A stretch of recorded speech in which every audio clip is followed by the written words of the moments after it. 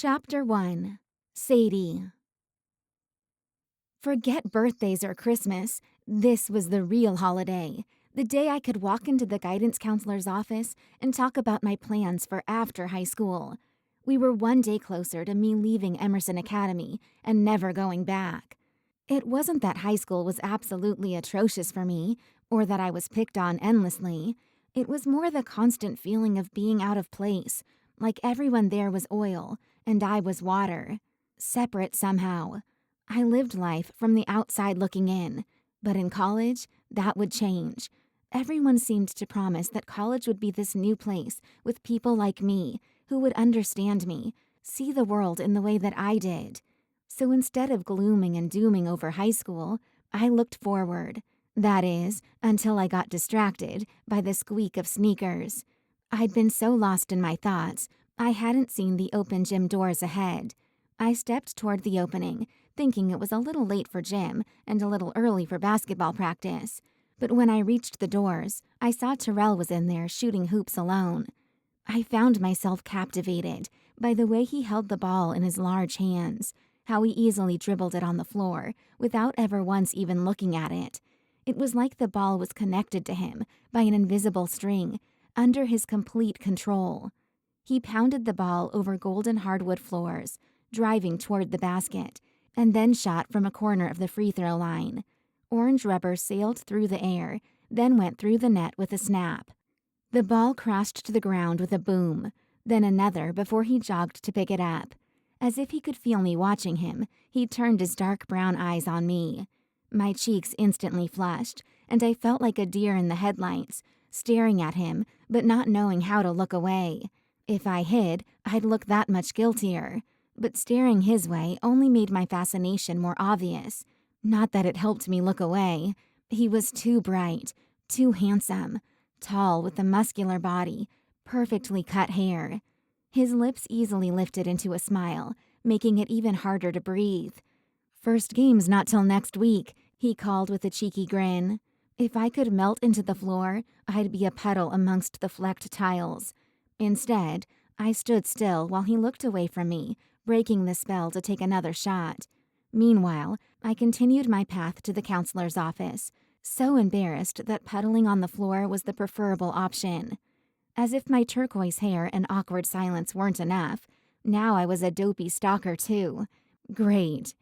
Bertie Bardot's office door was open, and the closer I got, the better I could hear her talking to her pet bird.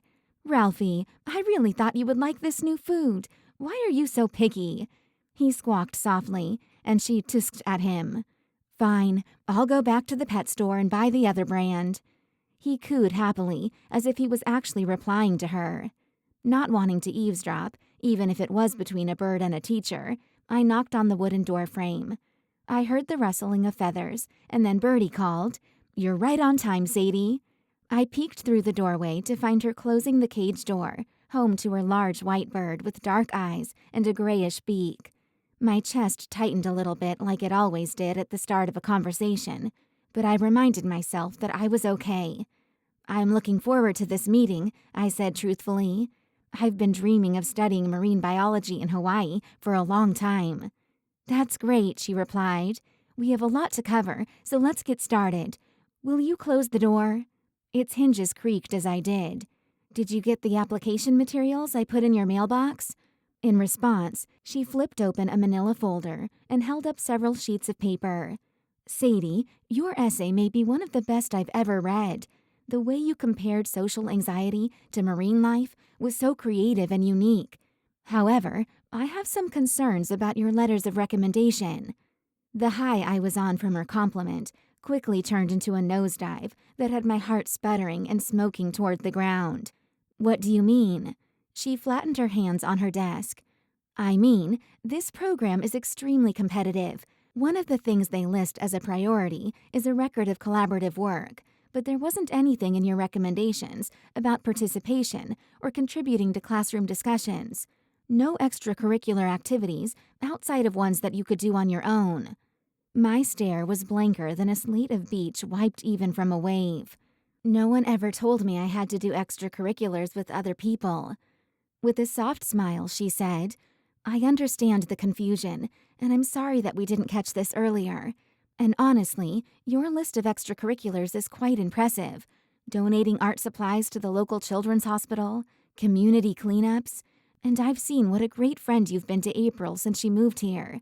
However, not a lot of people have had a chance to get to know you the way that April has. My eyes were already stinging because I knew what was coming before she even said it. So, what does this mean? I asked anyway. She looked down at her desk and folded her hands together, drawing my gaze to her fingernails, painted pink with white daisies. I think, to have the strongest application, you need a stellar recommendation from a teacher or coach that you're a team player, unless you have a reputable reference from outside of school. Have you worked any jobs? I shook my head. I've helped at my parents' art studio, but that's about it. Birdie nodded slowly. And all your extracurriculars have been self-initiated, which is amazing, and that's reflected in your other letters, but it doesn't show you play well with others. I swallowed down the California-sized lump in my throat. But my applications are due soon. How am I supposed to prove I can do that in the next 2 months? How will someone get to know me well enough? Her pink nails tapped on cherry-stained oak. After several beats, she said, "If you help someone with a problem that they have, they can speak to what you've been able to accomplish. Actions speak louder than words, right? So I need to find a problem that a grown adult is having trouble solving and fix it for them?" I deadpanned. Great. Birdie cackled and then quickly covered her mouth. Sorry, you just have such a way of cutting to the point. And cut to the point you did, because that's exactly what I want you to do. And if I don't? Birdie looked down to all my application materials. You can take your chances with these letters, but you may not get the results you want, especially when applying to such a competitive program. I'll make it work, I said, even though I had absolutely no idea how. I didn't even like sitting in the lunchroom with all my peers because it was too overwhelming and put me on edge. How was I supposed to find a teacher to help without it clearly being a way for me to get a letter? Birdie's large daisy earrings swayed with a tilt of her head. I know it seems impossible. I scoffed because she hit that nail on the head. But I think you need to give yourself the chance to surprise yourself. Ralphie cooed softly from his cage like he agreed. Tears pricked at my eyes. The only surprise was that I spent the last 4 years doing everything I thought I needed to do, only to discover it wasn't good enough. But maybe that shouldn't have been a surprise at all. I wasn't talkative enough or comfortable enough in a group to show I could be anything other than a loner. But if I wanted to go to the college of my choice, it looked like that was exactly what I needed to do. Chapter 2.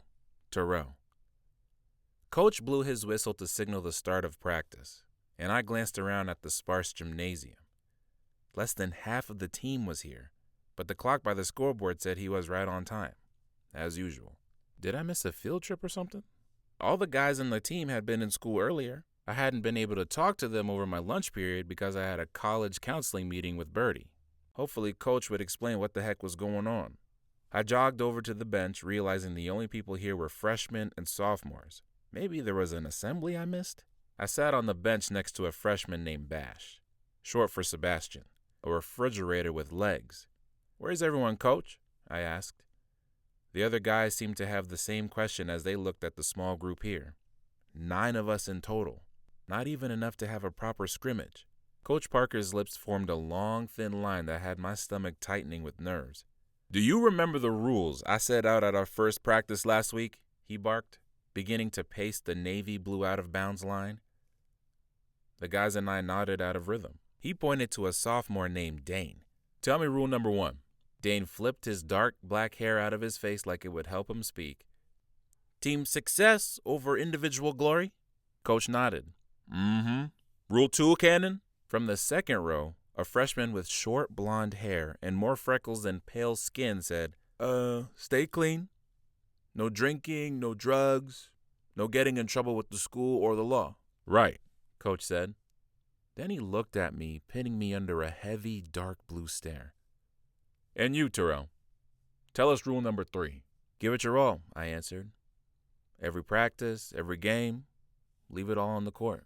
He nodded, pressing his lips together. This weekend, some of your teammates chose to disregard rule number 2. Instead of staying clean like they were supposed to, they risked our team in this season by attending some rager on the beach. A muscle in his jaw ticked right along with his footsteps. That party got busted by the police. The nervous tension in my gut transformed to a 100-pound weight, carrying all the force of what I knew was coming. Why hadn't anyone told me today? Given me a warning? Why weren't there whispers in the school or something that would have prepared me for this moment? Those players chose a night of fun over what was shaping up to be a record-breaking season, Coach continued. And as a result, they are off the team for the rest of the year. My jaw dropped open. Off the team? Coach gave me a pointed look. That's the rule. I don't make them for kicks and giggles. A pin could have dropped at center court and we would have heard it like a thunder crash. Our season, my last season at Emerson Academy, had crumbled in a fraction of a second. I had to do something, say something. Coach, all of our starters, can't they have a second chance to turn it around? His hand sliced against his palm as he said, I don't give a crap how good of a player you are. If you can't follow 3 simple rules, you're not good enough to play on this team. But Coach, I began. Enough. You are more than basketball players. You are Emerson Academy students. You are given opportunities above and beyond so many people in this country. Opportunities less privileged people break their backs for every day. If you want to throw it away, that's your decision. But I'm not coaching people who don't realize how lucky they have it and won't make the most of the opportunities they're given. He paused a long moment, making eye contact with all the remaining players. Now, I understand this is disappointing. It breaks my heart what they chose. We were favored to win the state championship this year, to have every college and professional scout at our games, looking at our players, because that's the kind of team we had. He took a breath, sliding his hands into his short pockets. But there's no point in spending time wondering what could have been. Look around at each other. This is your team now. I stared in abject horror at the people I was left to play with. None of these guys had seen a second of varsity playing time last year, and for good reason. Half of them weren't even in high school last year. The other half were freshmen with potential, not starter material. Bash had a lot of size, but his coordination could use some work. Dane had speed and guarded well, but couldn't make a shot to save his life. Cannon, on the other hand, was great at sinking baskets, but lacked the confidence to take shots. Miles, the other guy likely to play on the team, was tall and had a good wingspan. He would need to get more aggressive to play on the varsity team. Everyone else needed a lot of work before I saw them even stepping foot on the court. We wouldn't be winning any championships. We'd be lucky to win a game. No scout would waste their time to come see us play, which meant my chances of playing college ball just got a lot smaller. Coach cleared his throat. We've got a lot of work to do. Get on the court.